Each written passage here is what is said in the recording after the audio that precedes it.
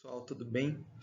Hoje a gente vai falar um pouquinho sobre o financiamento à pesquisa científica, né? Afinal de contas, quem é que paga por isso, né? A pesquisa científica muitas vezes ela tem um custo, principalmente nas áreas da saúde, né? As pesquisas envolvendo o estudo das patologias, elas envolvem um custo, elas não são gratuitas, né? Então, quem é que paga por isso, né? Quais são as implicações disso aí para a redação dos nossos projetos de pesquisa?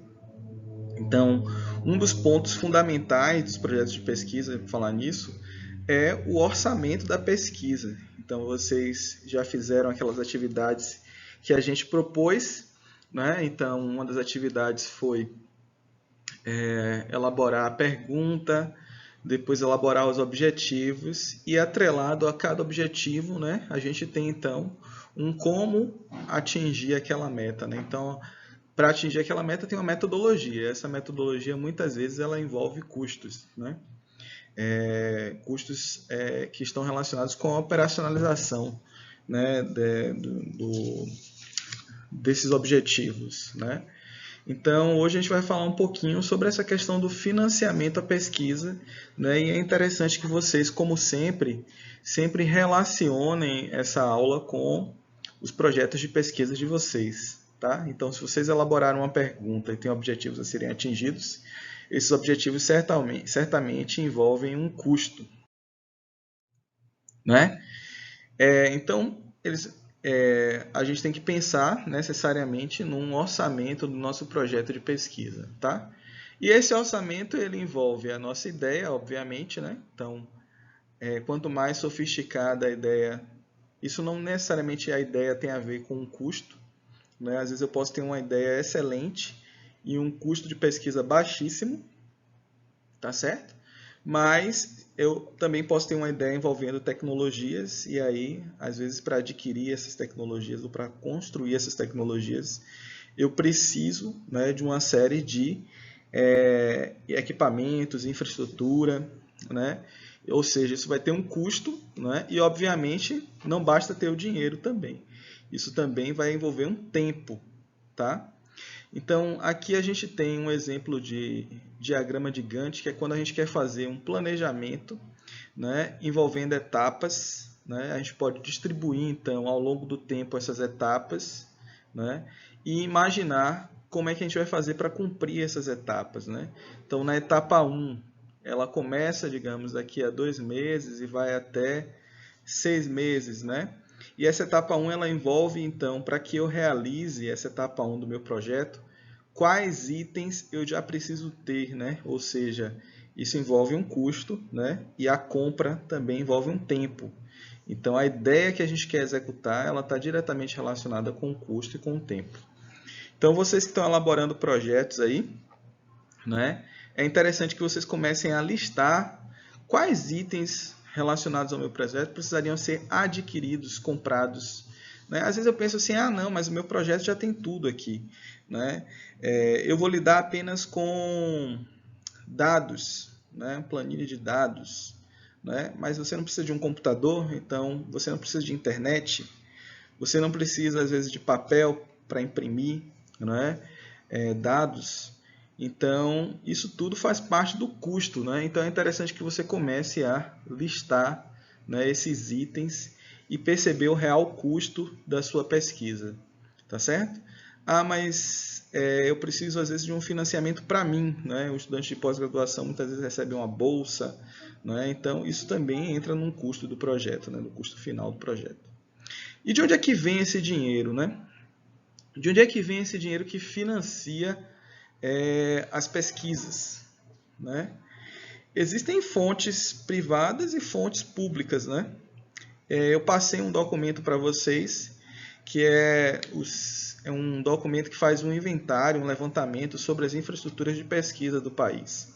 E esse levantamento identificou que 95% das infraestruturas de pesquisa do país existentes hoje foram financiadas com verbas públicas. Né? Então, o Brasil ele tem uma característica diferente de alguns outros países, que a maior parte das pesquisas, né, é financiada com recursos públicos.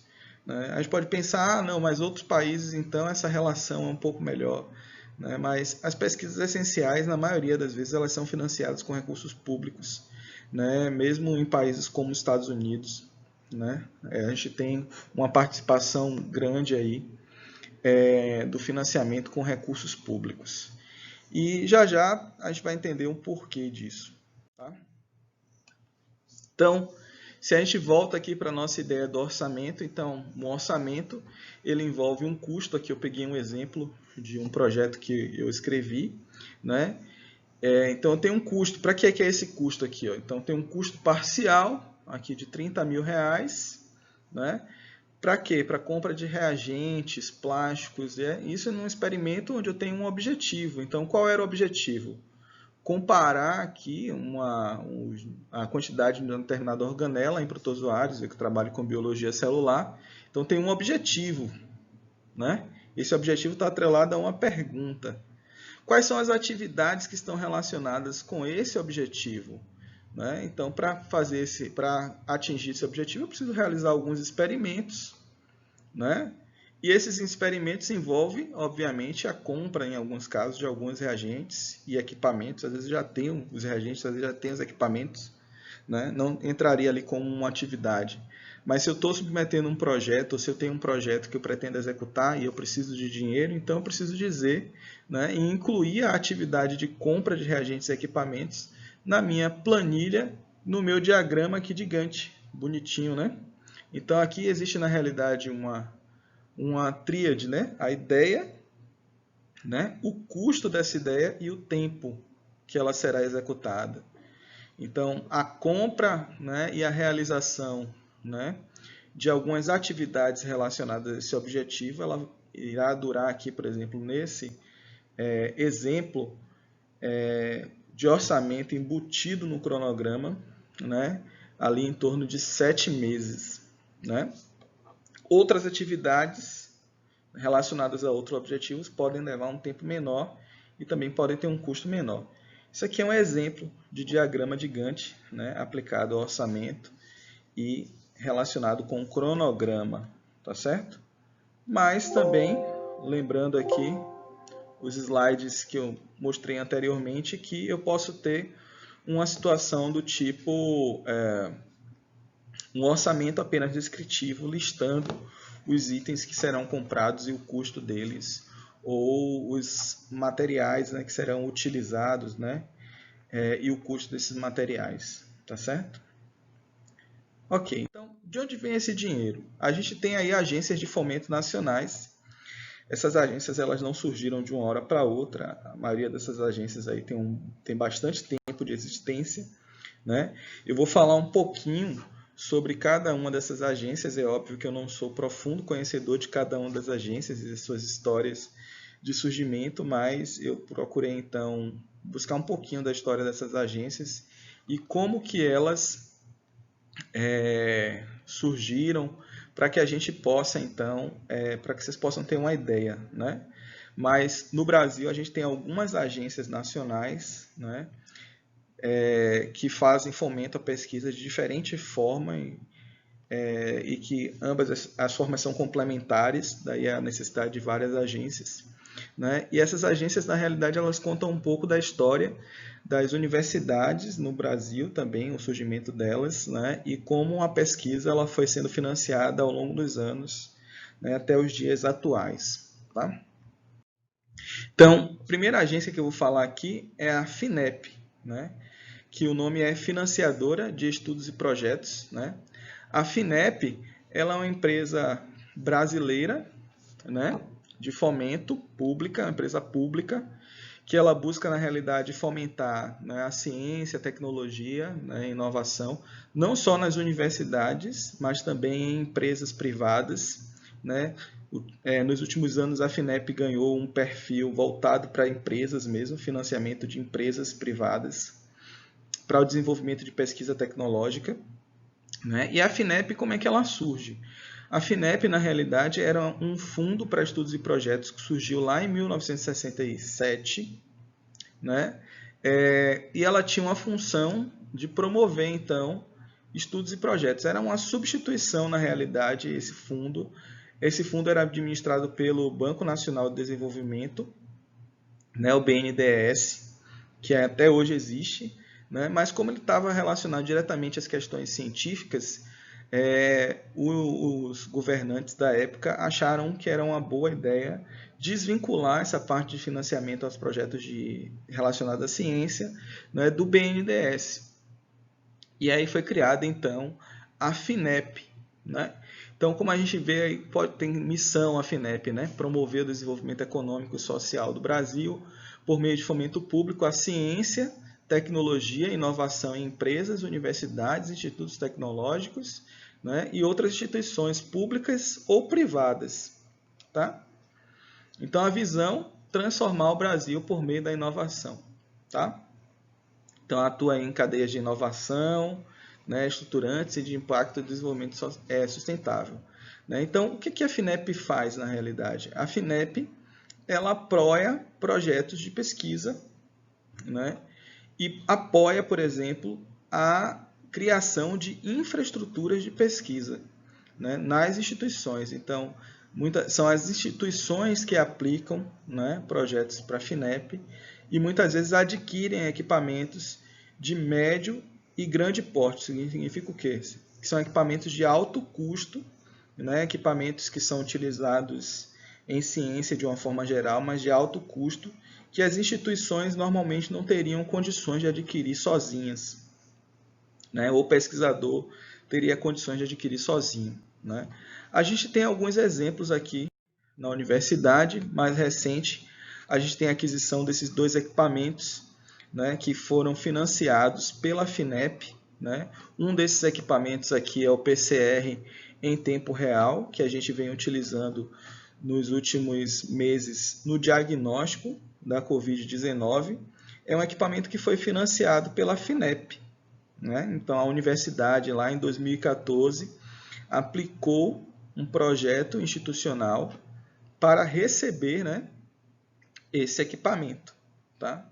E aí, no ano passado, então, a gente recebeu esse equipamento com esses recursos que foram aprovados. Né? Com o objetivo de quê? Com o objetivo exatamente de avaliar a expressão gênica, avaliar a carga viral de diferentes vírus. Né? Então, está o equipamento aí cumprindo a função numa universidade interiorizada, né? Graças à existência de uma financiadora de estudos e projetos, né? Que é a FINEP. Tá? Periodicamente, a FINEP ela faz essas chamadas institucionais. Então, eu, como pesquisador, não consigo aplicar diretamente um projeto para a FINEP, mas as instituições, né, em que a gente trabalha, instituições públicas ou às vezes empresas privadas, podem, né, conseguir recursos com a FINEP para equipar-se. Né? A gente tem uma outra agência de fomento, né, que tem um perfil um pouquinho diferente da FINEP, não financia estudos e projetos. Ela foi criada lá em 1951, né, no pós-guerra, no sentido de aperfeiçoar, né, o pessoal de nível superior no país. Então, a CAPES, né, é a coordenação de aperfeiçoamento de pessoal de nível superior, né, foi criada com esse objetivo. Né?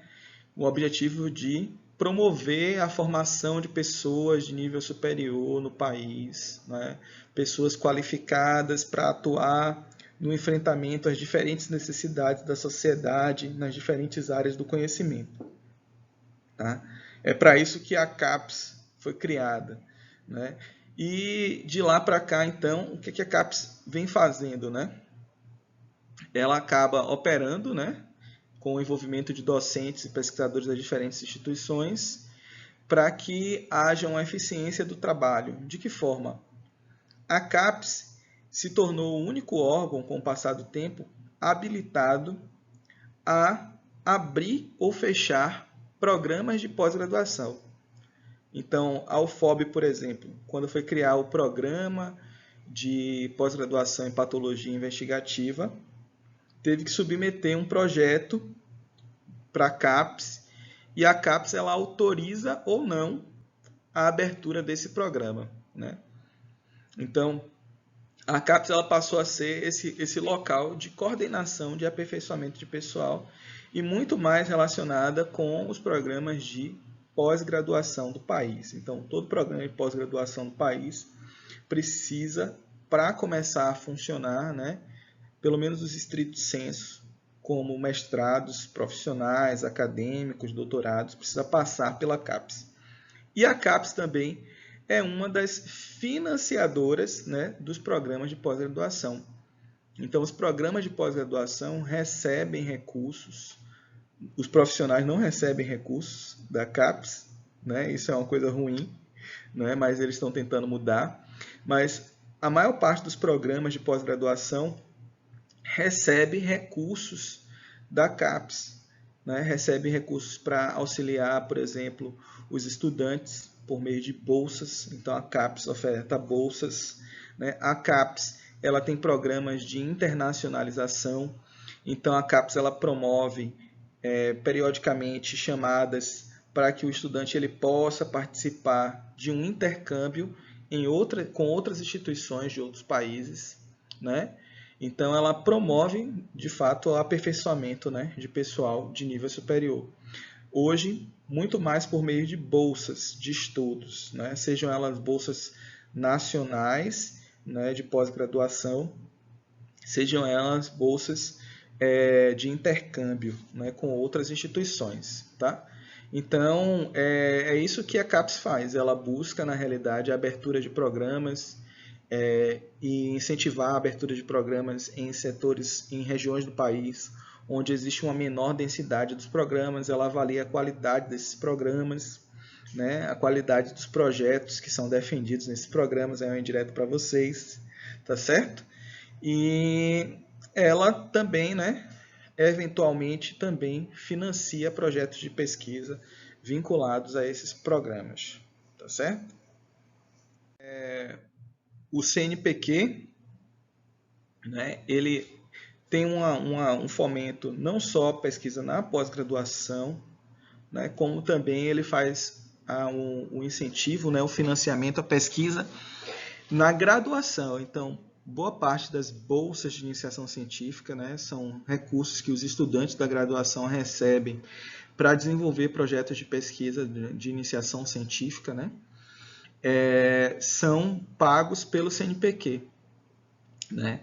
Além disso, o CNPq ele sim financia projetos direto ao pesquisador. Então, periodicamente, o CNPq ele abre chamadas públicas em que os pesquisadores, né, as chamadas normalmente elas são para pesquisadores que têm já o doutorado concluído, né?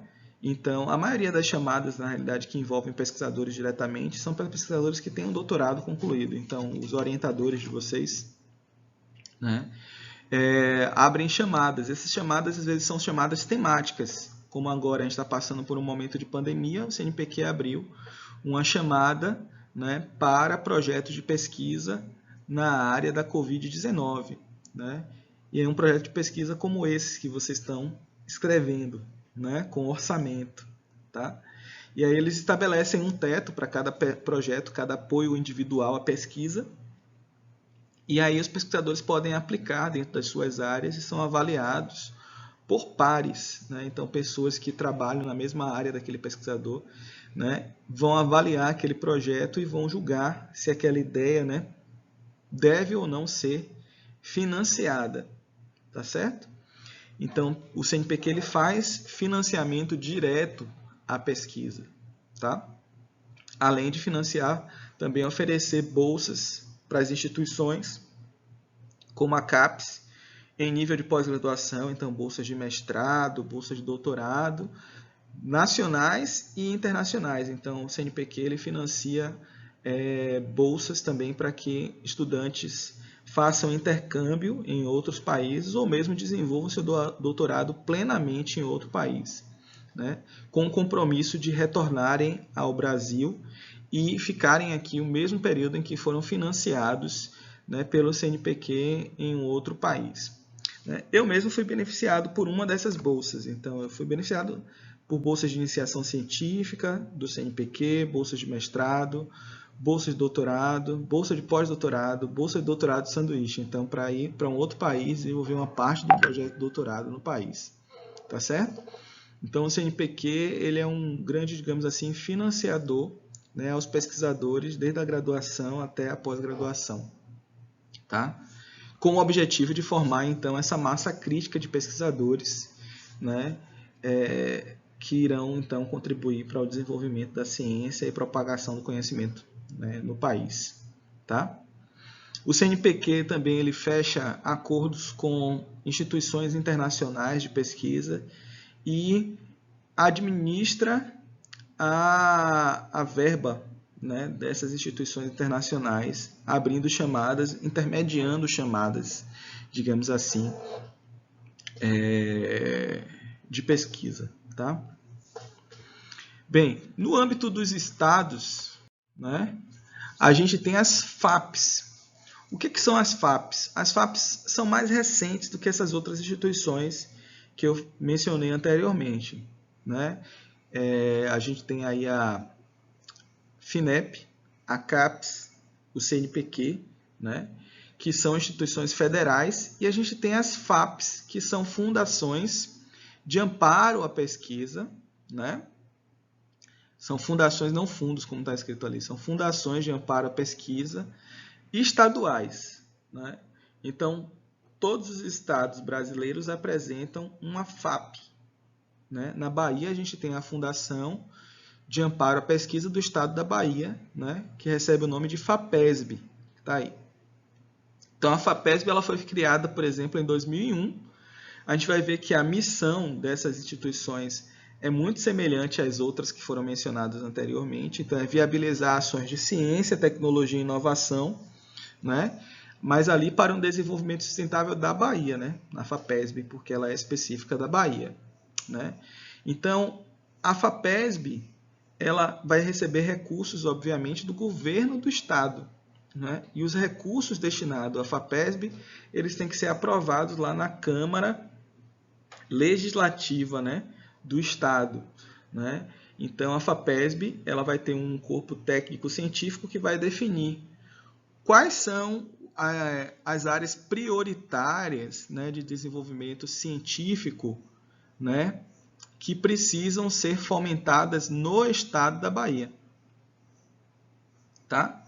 Então, a partir disso, a FAPESB vai destinar os recursos, né? Então, esse ano, por exemplo, a gente teve um edital, novamente, específico para a Covid-19, né? Buscando aí instituições no estado da Bahia que estivessem preparadas para dar respostas em relação à Covid-19, né?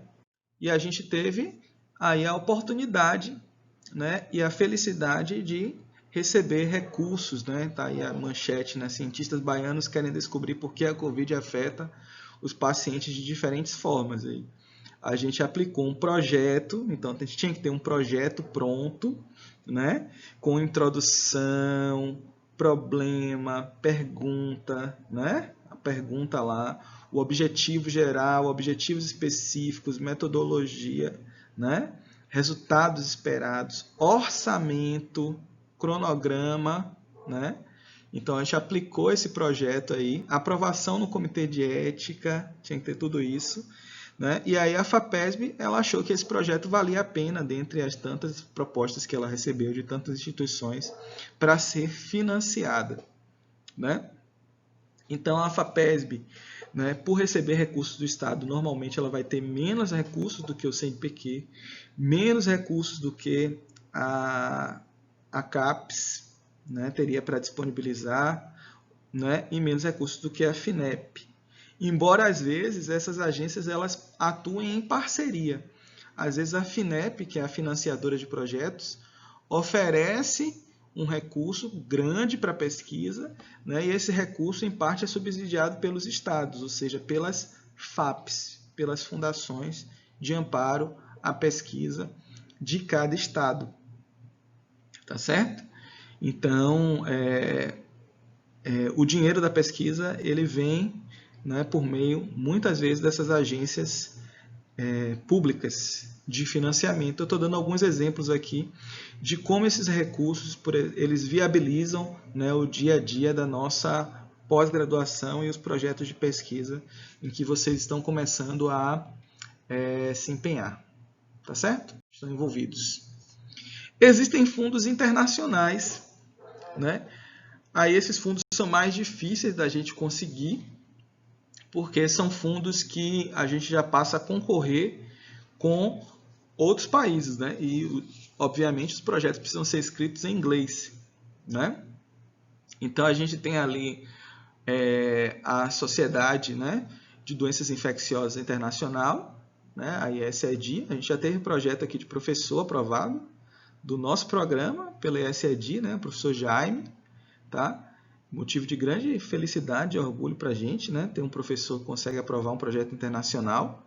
Isso significa que a ideia, né, a pergunta, ela já tem outro nível de relevância, né? Já não é mais uma pergunta de importância apenas local, regional, e sim tem uma abrangência maior. Aquilo que eu sempre falo para vocês, a importância da pergunta do trabalho de vocês, né? Se a pergunta é interessante, será que as pessoas não estão dispostas a pagar para que ela seja executada? Então, é basicamente isso que essa aula de financiamento está falando, né? Se a nossa pergunta é interessante e é execuível, né? Às vezes ela precisa de dinheiro para ser executada, né? Então, existem essas agências que podem disponibilizar. Então, a gente tem fundos internacionais, né, que podem ser disponibilizados, tá? Então, a gente tem ali o ESED, foi um exemplo. A gente tem a Academia Mundial de Ciências, né, a TAUS, a pronúncia disso eu não sei, mas é a Academia Mundial de Ciências, né, que ela busca congregar diferentes academias de ciência, tá? A gente tem o fundo da Bill e Melinda Gates, né, do Bill Gates e da sua esposa, né, que financia bastante pesquisa relacionada à área da saúde, né? Normalmente no Brasil esses projetos eles são intermediados às vezes pelo CNPq. O CNPq abre uma chamada junto com o fundo, né, Bill e Melinda Gates, tá? Mas também existem chamadas diretas, né, para o fundo, né? Então é um fundo criado com recursos da Microsoft lá e outras empresas privadas, né? Nos Estados Unidos é muito comum, então, essas empresas, grandes empresas, né, e grandes empresários que detêm grandes recursos, disponibilizarem recursos para pesquisa, né? No Brasil isso está começando, vou dar um exemplo já disso, tá? Mas a gente tem aí o fundo, né, Bill e Melinda Gates, né? Eu conheço pesquisadores brasileiros que já ganharam esse fundo e ganharam prêmios, inclusive, dessa fundação, né? Então é uma possibilidade. E a gente tem um fundo aqui que é o Wellcome Trust, né? O Wellcome Trust ela financia grandes perguntas científicas, né, que não necessariamente vão gerar inovação, né? Então, o Wellcome Trust ela está preocupada em financiar perguntas relacionadas a um avanço naquelas generalizações que eu falei, né, que o cientista produz, né, do conhecimento, tá? Então, o Wellcome Trust é um grande fundo, né, financia, libera muitas vezes grandes grants, né, grandes recursos para pesquisa, né? Chega a financiar, às vezes, liberar 10 milhões de libras para uma única pesquisa, né? Então, são alternativas aí internacionais para a gente conseguir dinheiro. Na realidade, a maioria das vezes, quem vai aplicar, né, para esses fundos são as pessoas que já têm um doutorado, né? Seriam os orientadores de vocês, né? Mas só para entender que a pesquisa ela tem um custo e esse custo ele precisa vir de algum lugar. Precisa ser pago por alguém, né? Bem, a gente tem no Brasil um primeiro fundo assim, criado por uma iniciativa privada, né, de fomento regular à pesquisa, ou seja, é um fundo, uma fundação, né, que foi criada com o objetivo de financiar projetos científicos, que é o Instituto Serra Pilheira, né? Então, o Instituto Serra Pilheira ele foi fundado em 2017. Esses recursos aí, eles são oriundos de um fundo patrimonial, então uma família doou 350 milhões como recurso inicial para a criação desse fundo, né, em 2016. E esse fundo ele tem essas três bases de apoio, esses três direcionamentos aí básicos, né? Então, o apoio financeiro a projetos de pesquisa fundamental. Então, esse fundo, né, do Instituto Serrapilheira, né, ele não financia pesquisa aplicada, ele financia basicamente as pesquisas fundamentais, pesquisas básicas, né, redundante, mas, né, e é um fundo destinado também à formação de jovens cientistas. Então, é um fundo direcionado para aqueles pesquisadores recém-doutores. Então, a pessoa acabou de obter um doutorado, está dentro de uma instituição de ensino superior, como professor, né? Então, o Serrapilheira está lá para dar esse apoio financeiro, né? Então, normalmente eles aprovam poucos projetos por ano, são em torno de 12 projetos por ano, né? E esses 12 projetos que são financiados, então, eles têm um recurso, uma liberação de recurso para o pesquisador gastar, né, relacionado ao projeto de pesquisa, né? O Instituto Serrapilheira ele incentiva a colaboração interdisciplinar internacional. Então, embora seja um instituto brasileiro, fundado no Brasil, né, baseado no Brasil, ele incentiva, né, a colaboração dos pesquisadores que são financiados pelo Instituto Serrapilheira com instituições internacionais, para que isso aumente, então, a qualidade dos trabalhos e para que as generalizações, né, as generalizações científicas geradas a partir desses trabalhos possam ter uma maior abrangência, não ter uma abrangência local. Então, normalmente o Instituto Serrapilheira incentiva as principais perguntas relacionadas com o conhecimento em áreas, né? Ou seja, são aquelas perguntas que estão na fronteira do conhecimento, onde a gente não sabe muita coisa. Certo? Bem, essas são as agências que a gente cita assim como fundo normal, né, de pesquisa. Aquele que você escreve um projeto, envia o projeto, né, concorre com outras pessoas, com outras ideias, né, e aí esses projetos são financiados. Mas existem outras formas de captar recursos, né? A gente tem as parcerias com as empresas, né? Então, uma empresa que normalmente o que acontece com as parcerias com as empresas é que as empresas normalmente quando investem em ciência, investem numa ciência mais aplicada, mais relacionada com os objetivos daquela empresa, né? Objetivos econômicos daquela empresa, né? Veja que essa parceria com as empresas, às vezes, ela é incentivada, inclusive, pelas agências públicas, né? Eu falei da FINEP. A FINEP ela financia empresas, né? E financia empresas que estejam associadas a universidades. Então, existe um interesse das agências de fomento, né, à pesquisa públicas, de que exista esse estreitamento de laços entre as empresas e as instituições de pesquisa, né, as universidades e os institutos de pesquisa. Tá? A despeito desse incentivo das agências públicas, né, as universidades, né, as instituições de pesquisa, os pesquisadores, eles podem buscar essa parceria também com as empresas, né? Então, às vezes você está desenvolvendo um projeto que vai ter uma aplicação direta, né, num determinado setor econômico. Então, você pode procurar uma empresa e se disponibilizar o seu projeto para que haja uma parceria, né, e dessa forma você possa receber recursos diretos. Tá?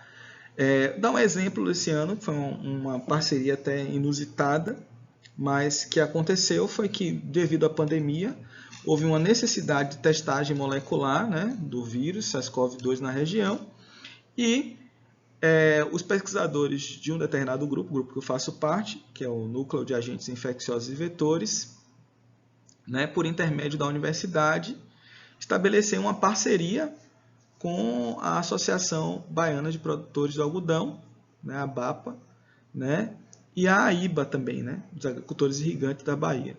E foi cedido, então, um recurso para que fosse montado um laboratório de diagnóstico molecular, né, e para prestar um serviço de diagnóstico molecular. Obviamente que quando a universidade presta um serviço, ela não vai apenas prestar um serviço, ela vai aproveitar desse serviço e dos recursos desse serviço para o desenvolvimento de pesquisas científicas. Então, estou dando um exemplo aqui de como a gente também pode captar recursos por meio de parceria com empresas. Né? Não era uma finalidade dessas empresas, né, diagnóstico molecular de Covid-19, mas devido à situação, né, humanitária, essa empresa ela financiou, né, esse serviço, né, e também, né, os projetos de pesquisa concomitantemente. Tá? Outras instituições, né, como por exemplo a Fiocruz de Recife, por meio de pesquisas individuais, conseguiram captar com empresas como JBS e outras empresas, né, recursos, montantes de recursos volumosos, inclusive, para desenvolvimento de pesquisas relacionadas aí à Covid-19. Mas, tirando essa questão da pandemia, né, no dia a dia mesmo, né, na rotina de pesquisa, né, muitas empresas elas procuram muitas vezes os pesquisadores para estabelecer parcerias, né? É mais fácil conseguir esses recursos por meio de empresas quando a pesquisa, como eu disse, é uma pesquisa aplicada. Então, indústrias farmacêuticas, né, elas podem, eventualmente, investir num determinado projeto de pesquisa porque existe ali uma prospecção de um novo fármaco, né, que poderia depois render, né, patente. A gente vai ter uma aula sobre patente aqui. Né? Então, é uma espécie de investimento, é uma parceria, mas uma espécie de investimento. E quando essa parceria, que tem uma espécie de investimento, ela está envolvida, é interessante também que a gente toque num ponto específico, que é o conflito de interesse. Né? Então, às vezes, a empresa ela se aproxima para fomentar a pesquisa, mas existe um interesse que não haja um produto final daquela pesquisa e que esse produto, muitas vezes, ele renda, né? Tem um retorno financeiro. E na pesquisa científica, muitas vezes, a gente sabe que não existe essa certeza, né? Se a gente vai fazer, por exemplo, uma pesquisa de interferência, se a gente tem uma hipótese, a nossa hipótese pode ser aceita ou pode ser refutada. Então, se ela for refutada, às vezes aquele dinheiro daquela pesquisa ela não vai ter um retorno financeiro, né? Vai ter um retorno científico, porque a refutação de uma hipótese tem um retorno científico. Né? Então, o conflito de interesse ele se configura quando você tem um interesse que uma determinada hipótese seja aceita, né? Confirmada, né? E aí isso pode interferir no desenvolvimento da pesquisa. Então, toda vez que tem uma empresa por trás de uma pesquisa científica, a gente deve declarar no nosso projeto de pesquisa que existe um conflito de interesse. Né? A gente precisa declarar que há um conflito de interesse. Ah, isso é ruim ou é bom? Né? Não é nem ruim nem bom. É importante que as pessoas que depois leiam a sua pesquisa saibam que ela foi financiada por uma empresa que tinha interesse. Logo, existe um conflito de interesse. Tá? Necessariamente vai existir um conflito de interesse aí. Tá? Então, mas a gente pode desenvolver sim pesquisa em parceria com empresas. Né? E no Brasil, ainda é muito tímida essa participação das empresas na pesquisa científica. Né? A gente tem um exemplo de sucesso aí, mas aí volta ao investimento público, né? Não sei se caberia, mas a Petrobras ela tem vários campos de estudo científico dentro de universidades e investe, né, diretamente em determinados cursos ou em determinados pesquisadores, né, porque existe um retorno também, uma previsão de retorno por meio daquilo que é descoberto, né? Por meio daquilo que é desenvolvido nas pesquisas científicas. Então, as empresas elas podem investir diretamente. Os programas de mestrado profissional, eles costumam captar recurso, né, de empresas privadas, né? Porque muitas vezes os projetos de pesquisa envolvem, né, optimização de processos ou desenvolvimento de um determinado produto. Né? Então, às vezes, essa parceria ela é facilitada. Né? E, às vezes, ela é facilitada também porque os programas profissionais, às vezes, têm, né, profissionais, né, de determinadas empresas fazendo, né, o programa, se aperfeiçoando cientificamente e aí conseguem essa aproximação com a empresa maior, né? E tem os seus projetos financiados pelas empresas, tá?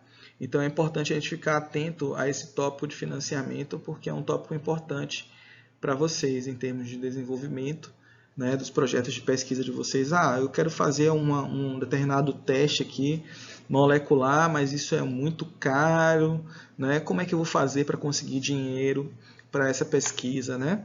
Então, às vezes, uma alternativa é a empresa, né, quando o financiamento público ele é escasso. Tá certo? Uma alternativa mais recente ainda, né, que eu queria chamar a atenção é para o financiamento coletivo, os crowdfundings, né? Esses financiamentos coletivos aí, eles têm crescido, né, e têm chegado à pesquisa científica. Então, às vezes eu tenho uma pergunta muito interessante, né? Não existe nenhum edital, nenhuma chamada pública para financiamento da minha pesquisa, né? E aí, como é que eu faço? Nossa, vou parar minha pesquisa por falta de recursos, né? Então, às vezes, existe a possibilidade de você fazer um financiamento coletivo. Você colocar a sua ideia aberta para a comunidade, né? Para a sociedade, e dizer, olha, eu tenho essa ideia, eu acho que essa ideia é muito importante, é um novo método de diagnóstico, por exemplo, da Covid-19, né? Eu sei como desenvolver, mas eu não tenho os recursos. Então, eu gostaria que vocês financiassem. E as pessoas podem doar dinheiro para que essa pesquisa seja desenvolvida, né? Novamente, a pandemia ela catalisou isso, né? Logo lá no início da pandemia, em março, vários grupos científicos, né, abriram pedidos, né, à sociedade de financiamento para poder realizar testes moleculares, né? E conseguiram abrir, equipar os seus laboratórios, comprar os insumos e começar as testagens, né? Graças a isso, graças a um financiamento coletivo. Então não era uma coisa muito comum, mas é uma possibilidade aí que surge, né, dos novos momentos que a gente vive, né, momentos virtuais, que é esse financiamento coletivo à pesquisa. É interessante também chamar atenção para essa modalidade de financiamento. Quem sabe vocês não pedem aí dinheiro por meio de um financiamento coletivo e conseguem então o financiamento à pesquisa de vocês. Isso vai depender muitas vezes da qualidade da pergunta, do apelo que essa pergunta tem popular, né? Tá? Então, e também da capacidade, né, do cientista de traduzir a sua pergunta, né, e o significado dessa sua pergunta para a sociedade também. A capacidade de captar esse financiamento coletivo. Aqui eu peguei um exemplo, né? Veja que não recebeu nenhum dinheiro, essa daqui não é um bom exemplo, mas eu não achei os exemplos que eu vi anteriores, mas tinham pesquisas que captaram bastante recurso, né? Aqui, luta contra a Covid, né?